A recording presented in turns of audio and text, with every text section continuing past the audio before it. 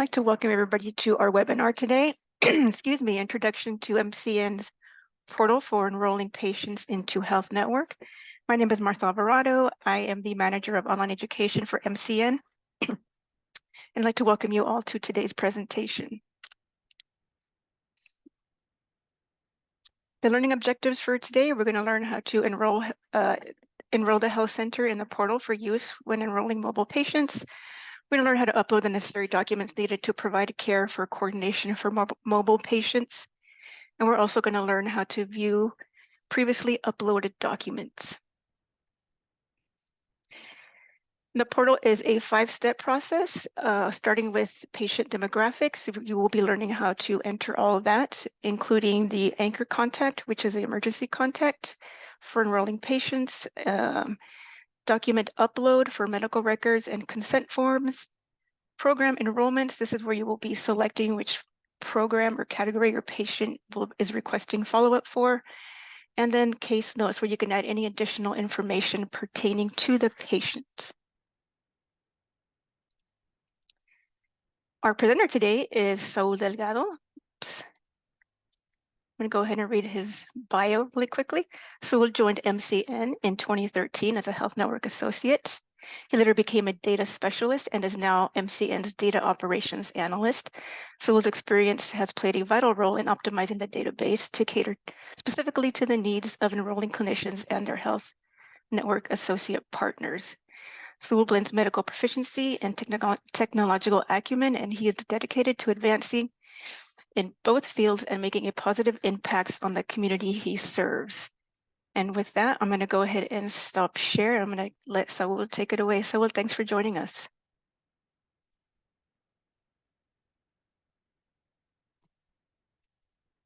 Hi, everyone. Thank you. Thank you, Martha. Excuse me. Hi. So yes, my name is Saul Delgado, and like Martha said, I'm the Health Network specialist. So today's presentation is gonna go through the portal and how to register to get to be able to enroll patients through the portal, and hopefully we can start serving them. So let me go ahead and share my screen really quick.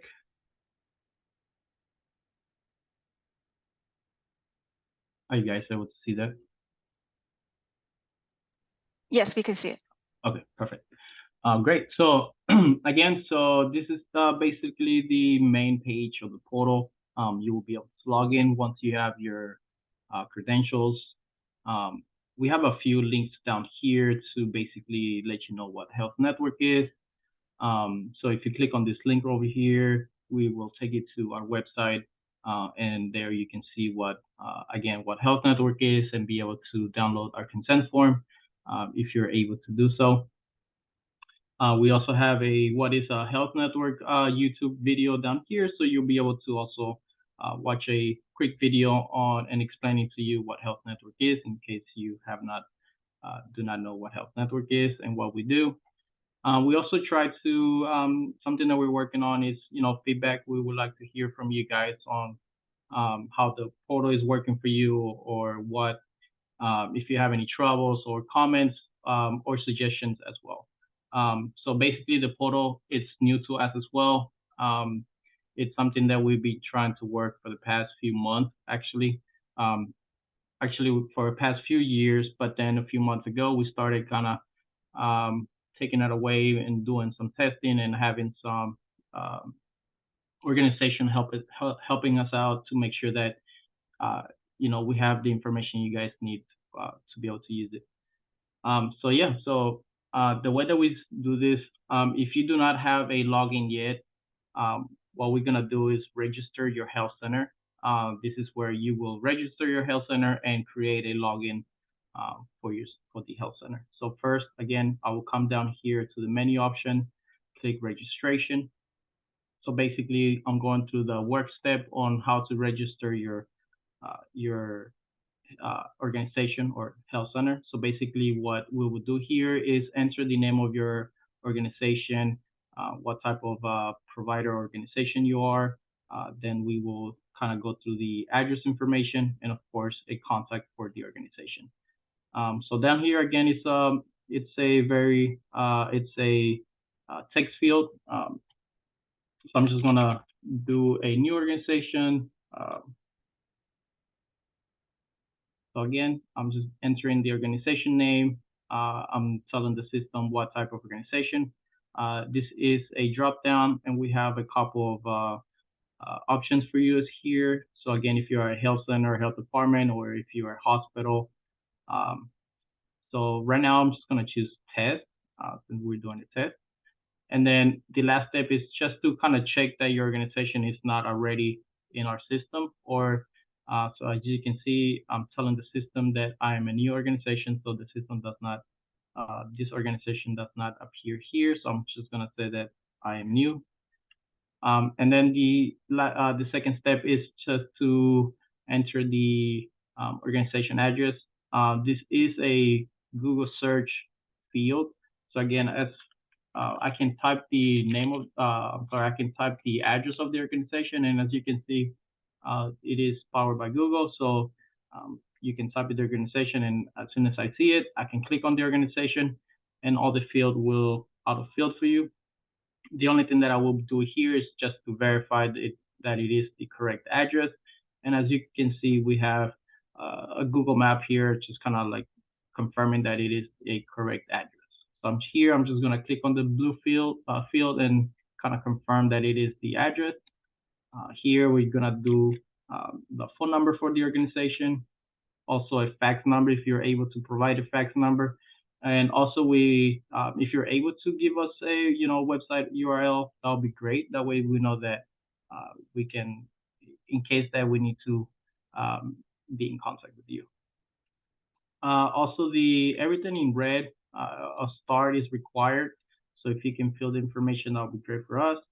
The following step is where we are going to be creating the login. So here is where once I create the login, I'll be able to log into the portal. So again, we can provide the name of the person that is creating the login for this organization.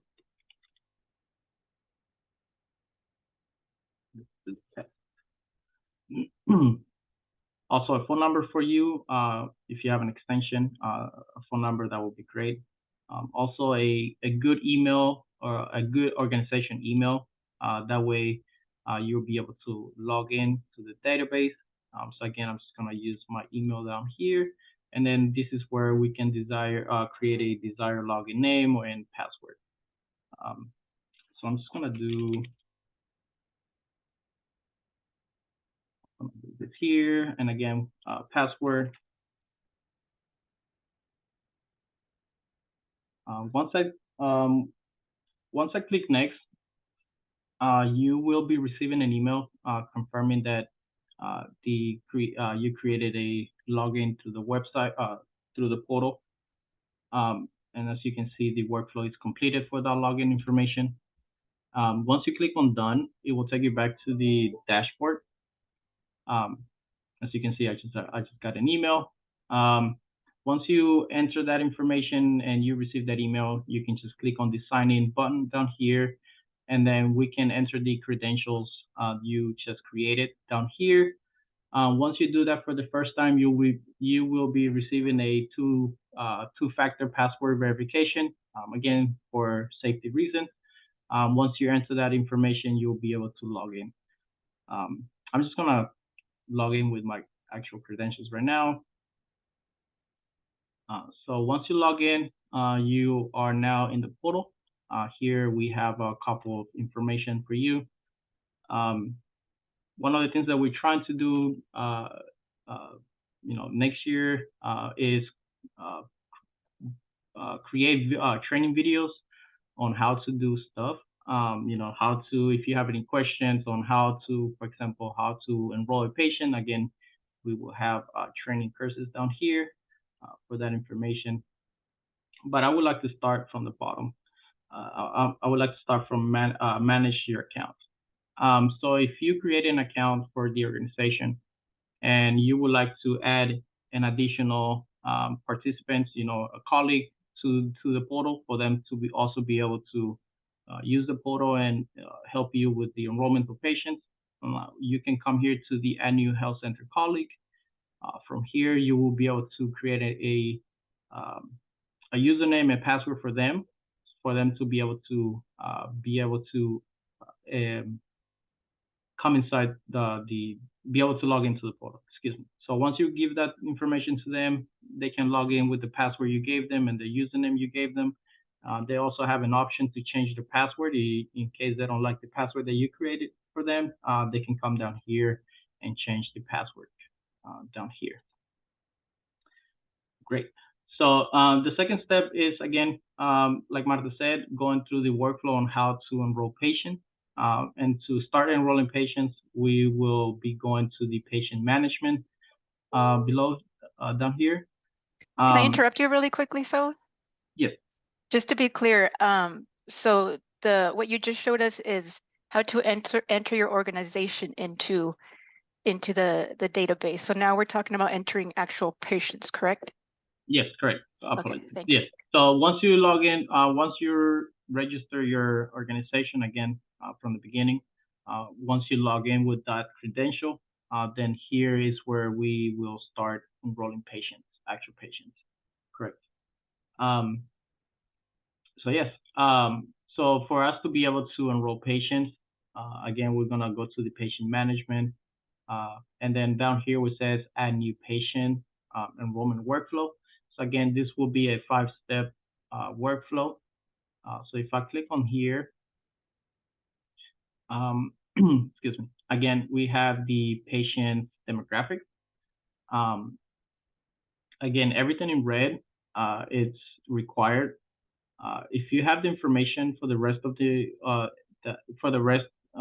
information that is not required, if you have the we want to encourage you guys to fill as much information as you can. But if you don't have it, first name, last name, date of birth, gender, and of course, country of birth will help us out. So here we can enter the patient's first name. It's gonna do test. We have also middle name if patient provides you with that information.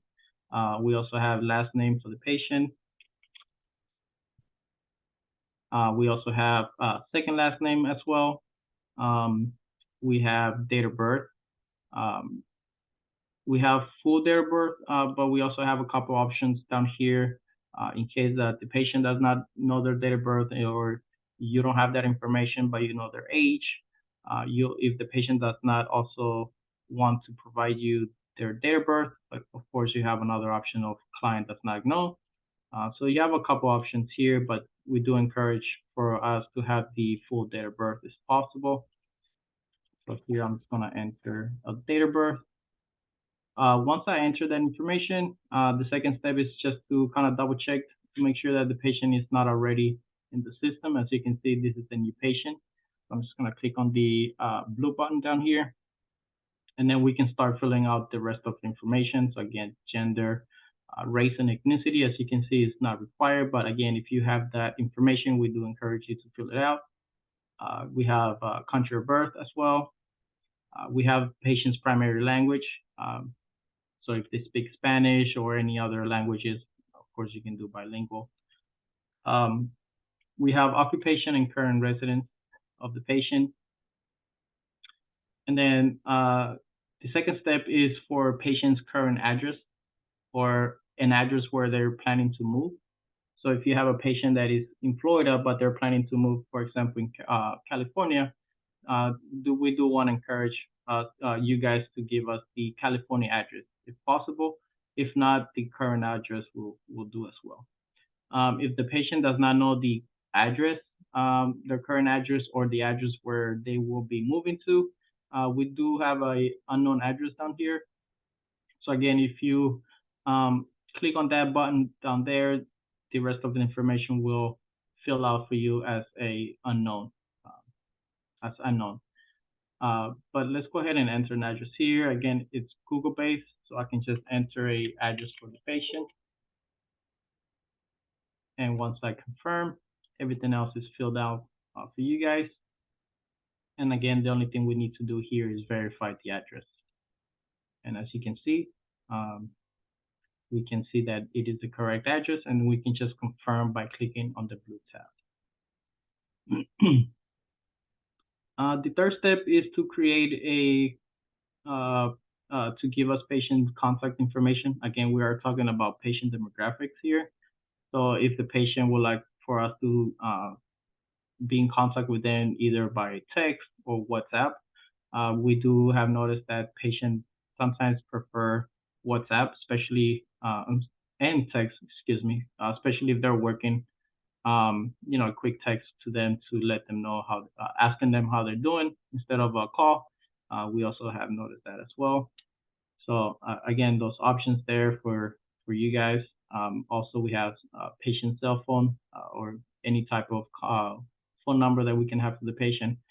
Also, if the patient does not have a U.S. number, but they do have an international number, you can enter that phone number down here as well. As well, an option for email to be in contact with the patient.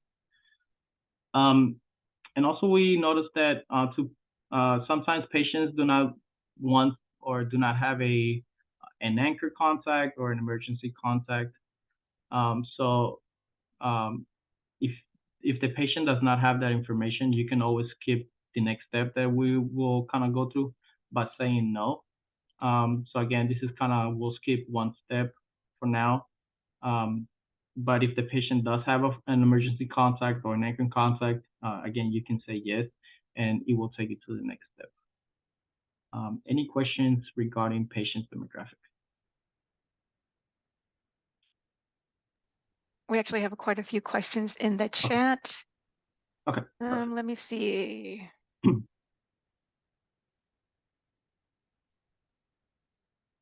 So people are asking if they have to scan enrollment forms, then how we are documenting their signature. And I think you're going to talk about that. Yeah. Okay. Yeah, that's a great question. Yeah, and then, will. Yeah, go ahead. So I'm sorry. And then if a client changes a phone number, you're going to also go over how you can edit information as well. So I'm just going to go ahead and let you continue. And I think it would be best if we field the questions after your presentation. Okay, perfect. Yes. Thanks. So yes, those are great questions. We do have a way for us to go over that. So yes, I can talk about it as once we're done with this. But yes, those are great questions, and we do have an answer for those. So again, once you complete the patient demographic down here, the next step is again, we can save this information. The next step is gonna be the anchor contact again, because we did say that we do have an emergency contact with this patient. So again, it's going to take us to that next step. As you can see, it takes you to another page, which is blank at the moment because we have not entered any contact information. And the way that we enter a new contact is going to the Add New button on top.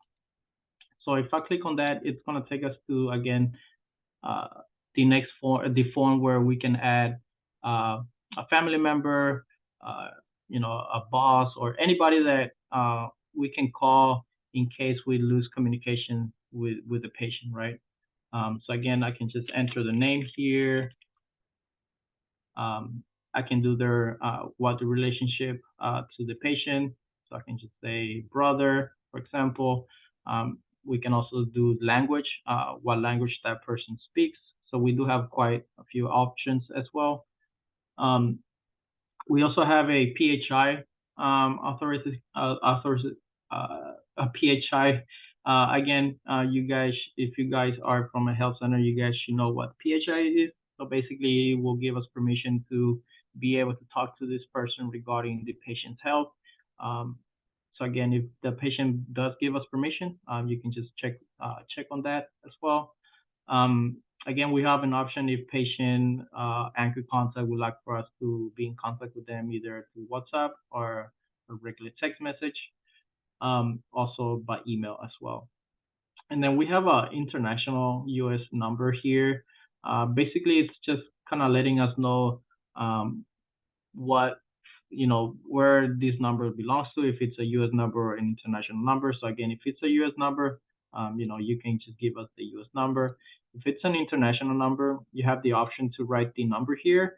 And also, we do kind of want to encourage you guys to give us the country of what what number this belongs to. So if it's a Mexico number, we know how to call out to that country.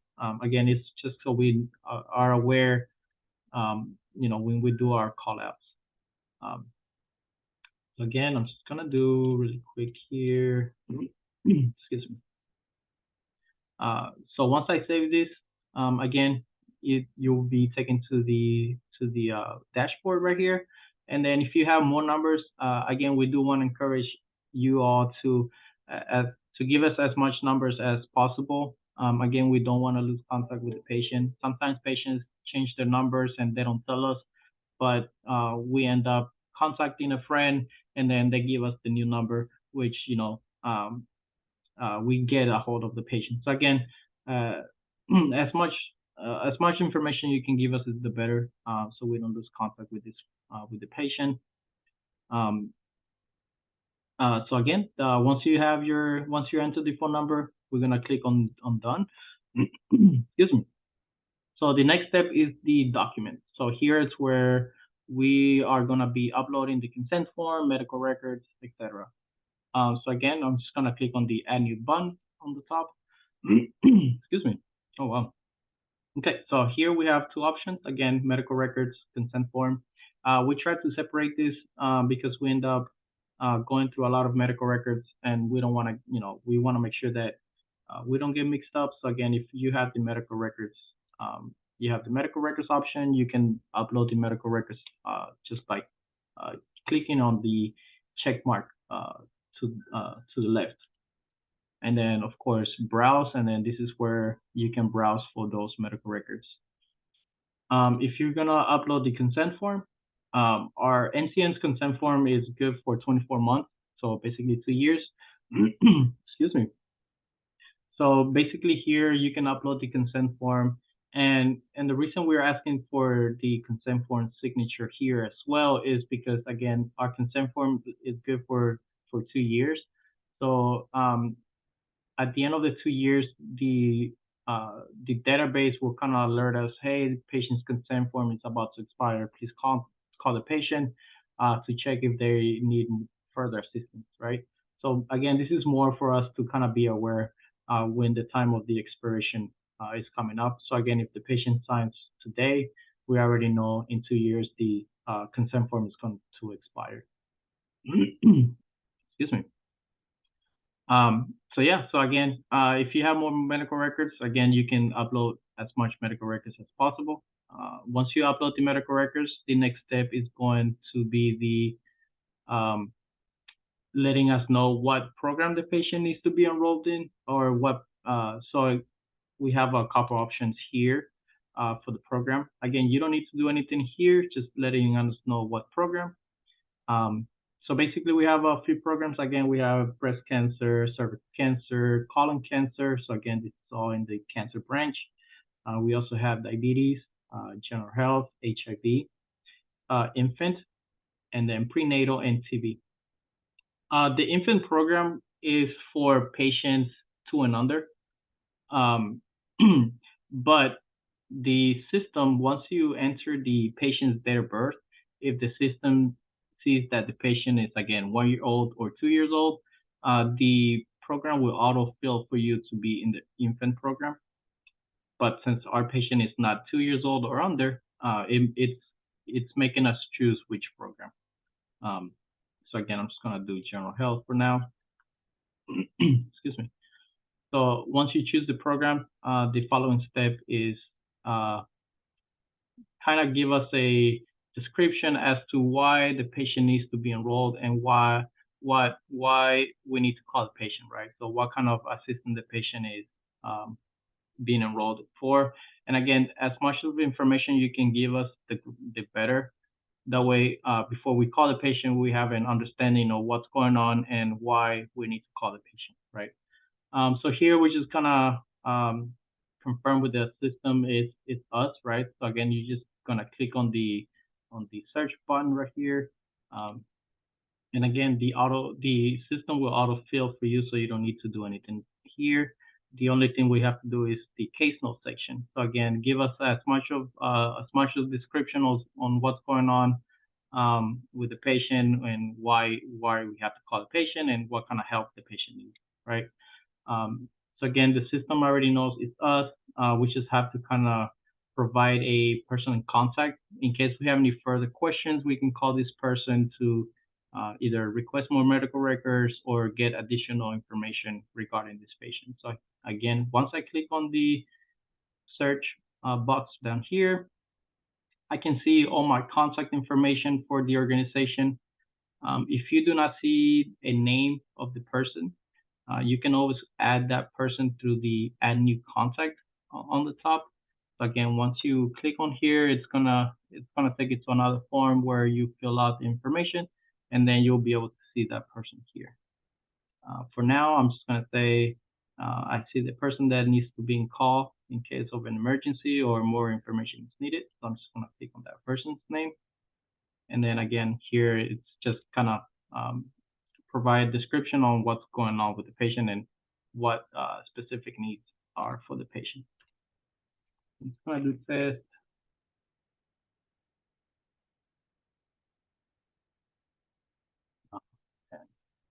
State. Perfect. Again, it is a very large box, so again, please take advantage of that. Once you're ready, you can just click on save. The system will kind of take you back to the beginning, to the final step. And then once you click on save, the workflow has been completed, meaning that the patient has been enrolled. Once you are here, the case managers will kind of receive an email notification that a new patient has been enrolled through the portal, and then they will be able to review everything and call the patient. So once you click on done, it's gonna take you back to the dashboard. And then to answer both of those questions, the next step is to go to the enrollment summary. As you heard, I just got an email kind of notifying me that someone was enrolled to the portal. And then again, just to answer your question, if I go to the enrollment summary, here we can see all the patients that we have enrolled through the portal. If you have a patient ID, so basically the system will provide you with the patient ID. If you want to know what's going on with the patient, you can do a client ID. You can search for their ID number here, and then the system will take you to that patient. You can also search for program enrollments. If you want to know how many patients you have enrolled in the general health, you can click on general health, click on search, and then you'll be able to see, I enrolled 35 patients in the program, in the general health program. So again, you can see what's going on at the end on your end. And then to answer the question, if the patient have changed the phone number, let me search for the patient which is did here. I'm just gonna go here. Okay. Again, I can see this patient that I just enrolled. Again, you have the patient's ID, their name, what program they are enrolled in. We also have the approval status. At the moment it's pending because, again, we just notify case manager.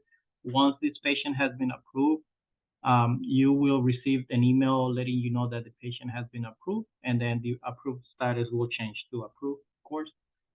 You can see when the patient was enrolled. If the patient's case has been closed, you can see the close date as well. And again, so if I come here where the update this patient information, if I click on the gear, we have a couple of options here. So again, we have the patient demographic. So if I click on that, it will take us to the patient information here. And then here it's where we can add the phone number if the patient changed phone number. If anything changes from the patient, if the address changes as well, you can come here and change the address as well here. Once you do that, you can just click on save. And then a case manager will be notified that a change has been made for this patient, and they can see what what change was made. Also, I'm just going to use this patient. Also, if you have additional emergency contact, we can add here as well. So again, you'll be taken to the contact information. Here, again, we can add as much numbers as possible.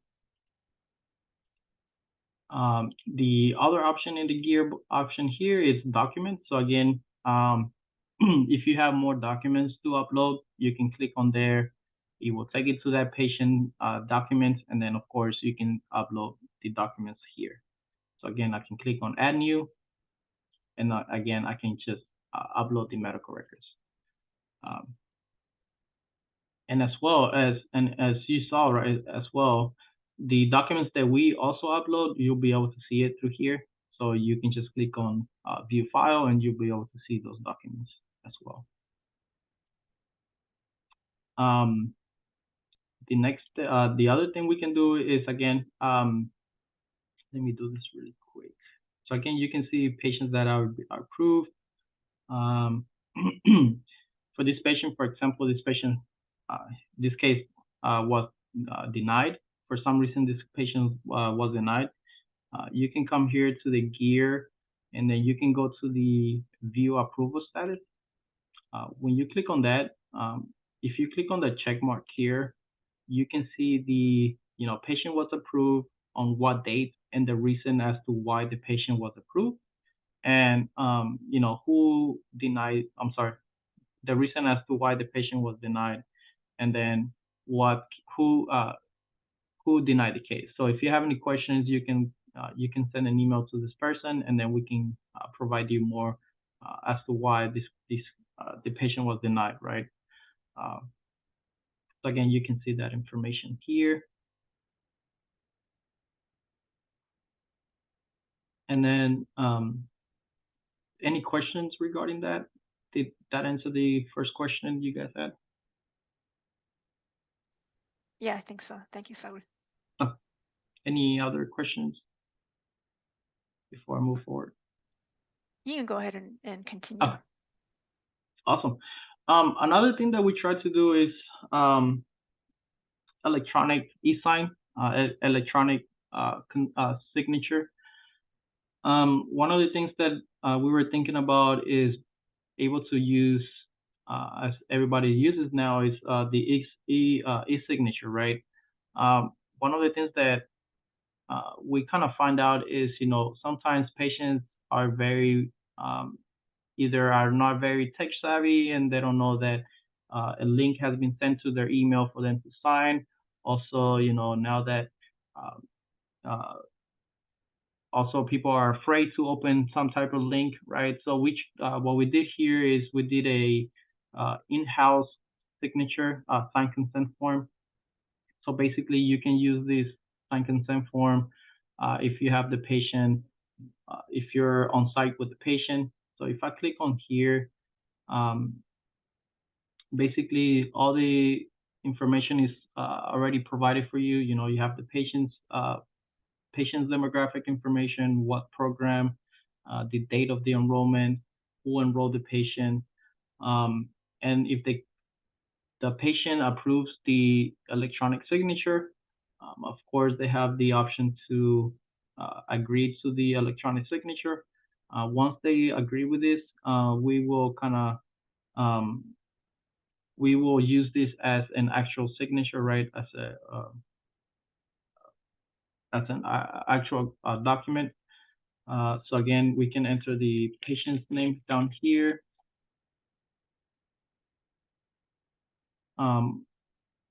Who saw the witness? So the witness, so a nurse or a doctor, if they did witness the patient, signing this here, they can also sign, and then the relationship here, they can just say, they're the nurse. Whoever saw the patient, whoever witnessed the patient signing this consent form, that would be great. So once you do that, you can click on the print consent form, and a PDF file will be downloaded to your computer. Once you have that PDF file, you can come back to the patient to that patient, and then upload the document that you just downloaded through there, and we can take that as a consent form signature. So again, we are still trying to play around with e-signature. So right now but again, some patients don't want to use it, but we're still trying to kind of play around that option. But again, we do have a in-house consent form that you can sign for the patient. And also we have a few coming soon options. We can do a email, so you can send us an email regarding this patient to the system, and we also doing patient alerts. But again, those are things that we are trying to test to make sure that it's working. So yeah. So any questions regarding that? I think we're good. Awesome. And then the other last thing that I just want to kind of bring up is, again, you also have you can download our consent form through here. So again, we are planning to upload more consent form in different languages. So right now we have the English and Spanish one. We're trying to do Haitian Creole, and again, other languages. So once we upload those, you'll be able to see them here. Again, coming soon is the training videos. Once we do that, you can come here and see the videos.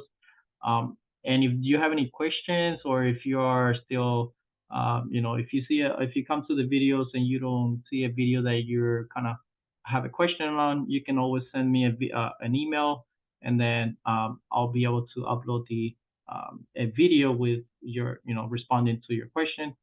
That way others can see it as well. We also have a few links here. Again, if you click on the link, it will take you to our Health Network website. We also have so one of the things that I try to do is, be open on the updates and changes to the portal. So what I created is a kind of like a Word document, so you can see when an update has been made. So for example, if I click on the link here, again, it will take you to basically all the changes that has been made, all the notes, changes, updates that we made to the system, so you can kind of read it. I try to do the dates that updates have been made. So again, you can kind of read that. And again, if you have any questions, you can always send me an email, and I can get back to you on your question. So again, we try to keep up with updates and changes that people kind of recommend as well. We also have portal surveys. We try to kind of, again, we love to hear feedback, especially we've been working this for a few years, and also feedbacks are always great for us. We know what you guys are seeing it since you guys are using it. Again, so if you click on it, it'll take you to kind of a survey. Again, it's only a 3-question survey. You can just answer the questions. Again, feedback is always great. Concerns or suggestions are always great. This will kind of encourage us to make those updates, and be able to provide you with the information that you need. Again, we love to hear from you. And also we have kind of like a permission slip here that if great comments, good comments are always good. We can use those on our website. We can upload those to the portal so others can see it. We want to have permission from you as well. We don't want to use your comments without permission. So if you don't give us permission, we won't use the comments. But if you do give us that permission, you can just click on there. You can give us your name. Of course, that's required. If it's required, of course. But the other, it's optional. The name of the organization and your role is also optional. So again, we want to encourage everybody to give us feedback. That way we can make those changes, and other users can hear and see what's going on. But yeah, that's the Health Network portal. So Yes. sorry. We have a question for you. Is there any way you could stick the URL to the portal into the chat? We have some of our participants want to take a look at it. Yeah. Yeah. So I'll do that before we end up the meeting. I will send you guys the link for the portal. One of the things that I kind of suggest as well is you can enroll a testing patient. And if you are gonna do that, if you do that, please write down for the first name, write down test. That way I know, or the case managers know that it is a test patient. That way they don't call someone that they're not supposed to. So if you're planning on using the portal and you want to walk through the steps yourself, just go ahead and first name do test. That way we know that it's a test patient and again not someone that we need to call. But yeah, we can. I'll provide that link before the end of the meeting. Any other questions?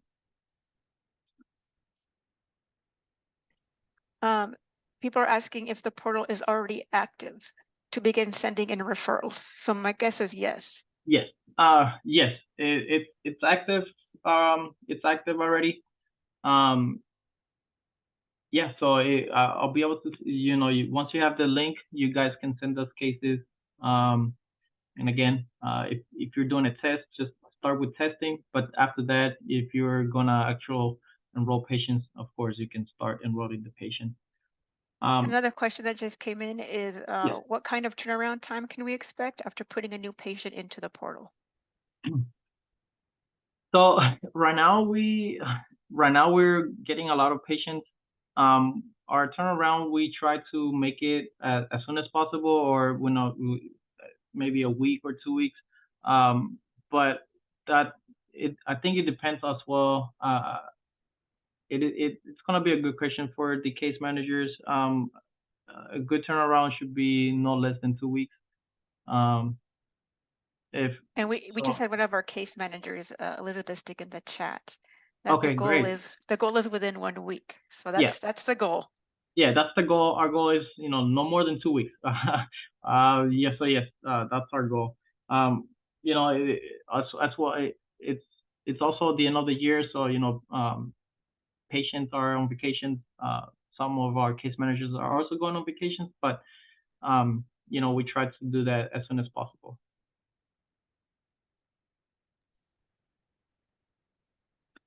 Any other Are there questions? any more questions that we have a couple more people from MCN in the webinar, and if you guys saw any questions that I missed, please feel free to unmute yourselves and ask Saul. So Martha, hi, this is Dr. Laszlo Medeiros here. I was wondering for funding, Theresha's on right now too, and I know there's some questions about how we're funded and whether our services are free of charge.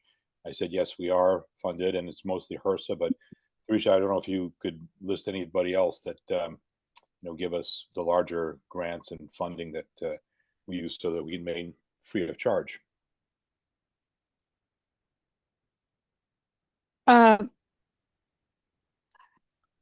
Laz, I'm afraid to do that because we have received funding over the years from several different entities, and I don't know what's current for this year, and I'd hate to misspeak Okay, all right. on that. But HRSA, we do get HRSA's the one.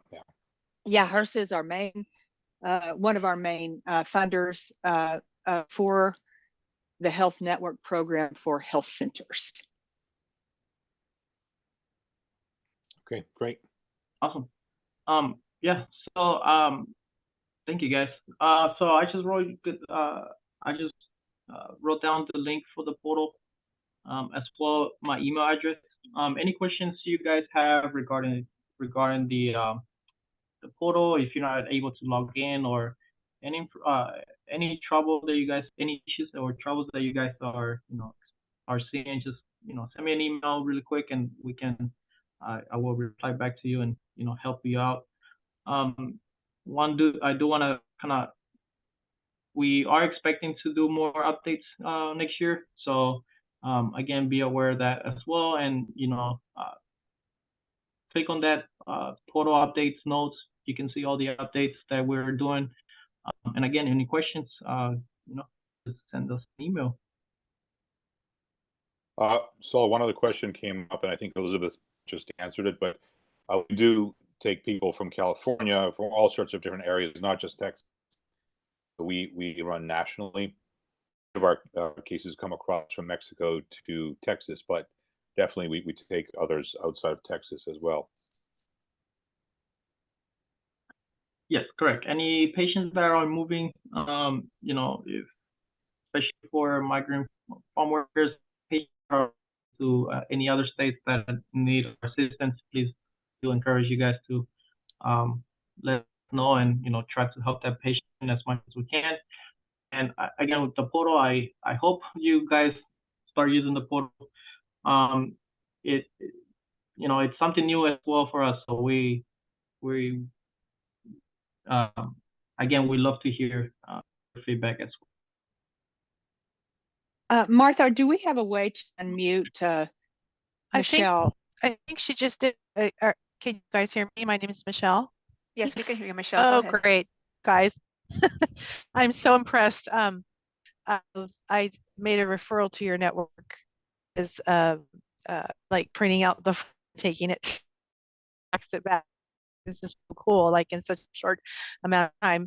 I'm trying to remember my question, but my first thing was just like the work you're doing is amazing, and so congratulations on that. Oh, now I remembered. So I remember talking to you guys too. You started, I think, the whole migrant clinicians network mainly started out with like chronic diseases, and you've expanded into so many areas. I noticed that sometimes, or I'm curious if the patients, like I refer to patient for TB, and if they have another comorbidity, they can get like assistance with their diabetes medications and stuff like that. And then are we able to see those records as well? I think we can. I think you did show like whatever gets uploaded, we were able to see everything. Is that correct? And I'm sorry, that's a long-winded question. No, yeah, thank you for your question. Yes, so any patients that you guys enroll through the portal, any documents that are uploaded to that patient, either from your side or our side, or Awesome. the case managers, you guys will be able to do that. Okay. You guys Cool. will be able to see that as well. One thing I was gonna say is it is a web, the portal, it's web based. It's you guys don't have to download any apps or anything, so you guys are able to open it either an iPad, a laptop, or your phone. Wow. But we do encourage you guys, as physicians, as well, be careful where you open it. It is PHI information. So again, just want to bring that up to you guys. So just to elaborate on Michelle's question, I believe that the patients that they put into the portal, they'll be able to see. But what about the older patients? I'm assuming that the ones she would have. I am kind of curious. Yes. Because the older ones I thought were going to be a difficult form to get. So I just want to Michelle's answer that I'm the one who closed all the TB cases. I've been doing that for the last 7 years or so, and I look at all the different situations before we close them. Then we send an update to the originating health center or clinic to make sure that there's results for you. But for the ones that have been historically brought to caseworthy years past, I don't believe you have access to that at this time. Just the new ones that you go through this portal with. So Sal, if I'm giving outdated information, you let me know. But I think that's the way it's been arranged up till now. Yes. So in previous we did have a question on that as well in previous training. And that is something that we are kind of working on. Right now, you're not able to see previous cases that you guys have sent to us previously. We are kind of working on that for the users to be able to do that through the portal. But for right now, you are only able to see the new patients that you enrolling through the portal. But again, we are working on that as well. So it is something that, again, just to emphasize that we are working on that for you guys to see that. But if you guys have any questions regarding patients that you guys have not enrolled through the portal, just send us an email or give us a call, and we can always give you that information or whatever information you're looking for.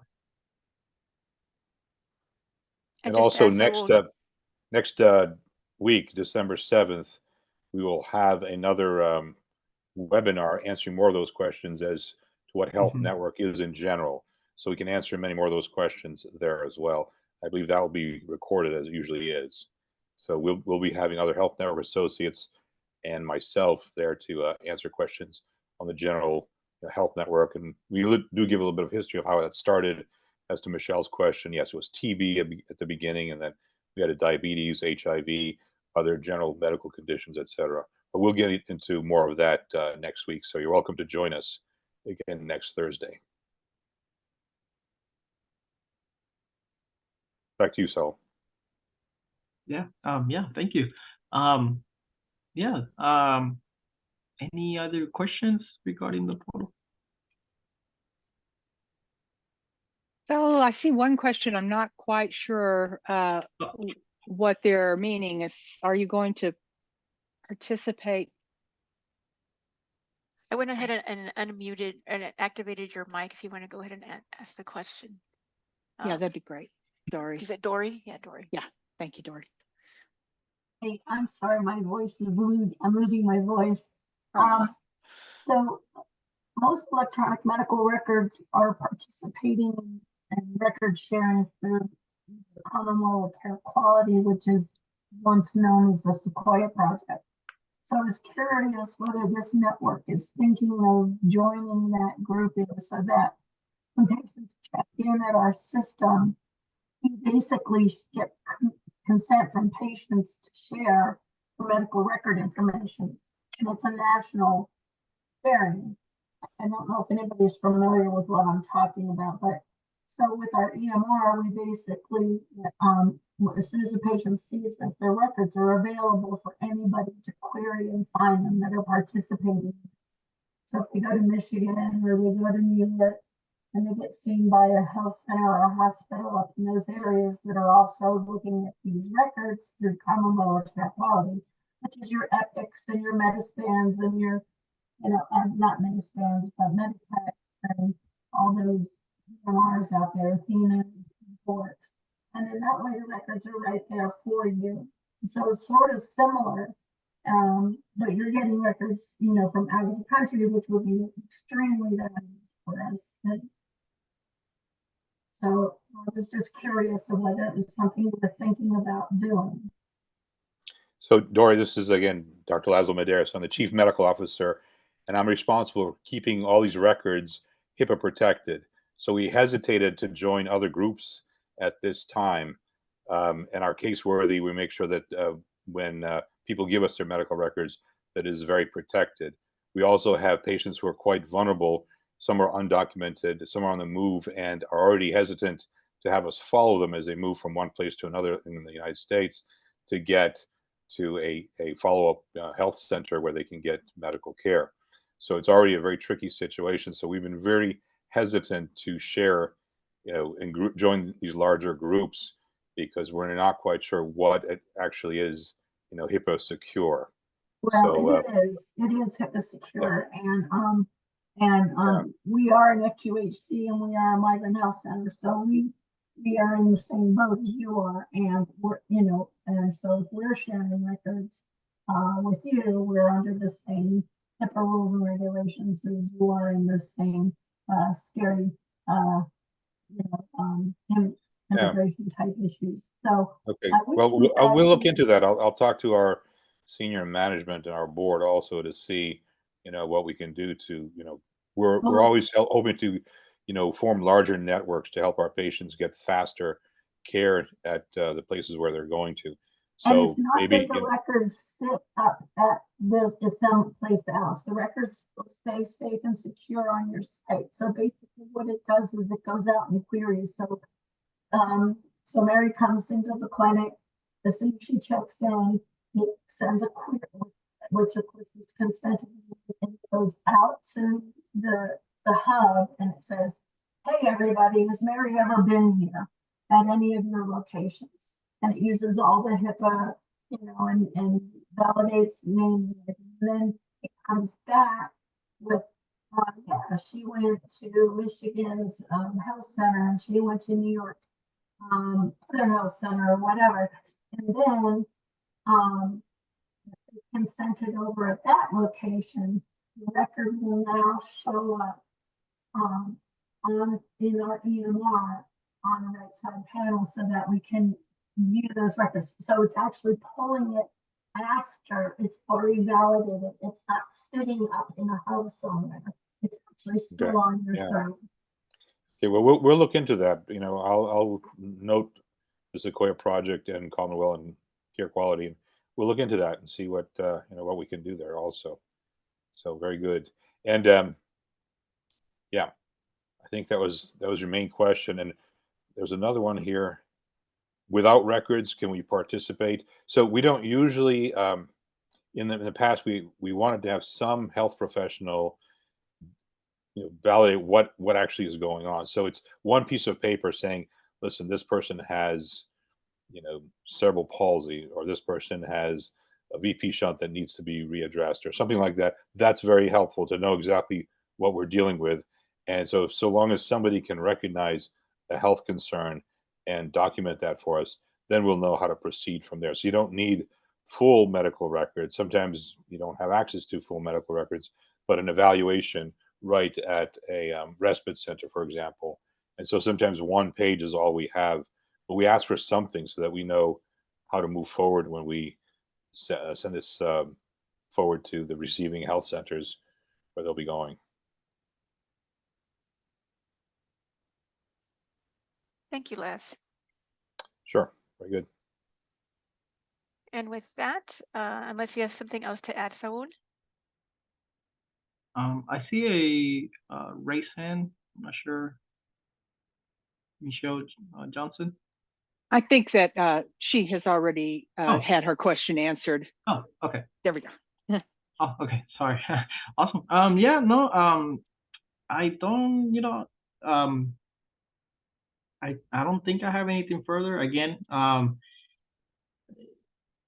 if you guys have any questions, any issues, please let me know. And I will I will try to get back to you as soon as I can. Any other questions, concerns, please let us know. But yeah, I think you guys now have the link for the portal. Just create an account and you'll be able to start enrolling patients. But yeah, thank you so much. Thank you. So just to remind everyone, I will be sending you all a follow-up email later today, and I'll include that link to the portal in the email, including the links to the evaluation. So thank you all for joining us. I hope you have a great rest of your week, and we'll hope to see you on our December 7th Health Network webinar. Thank you, everyone. Thank you.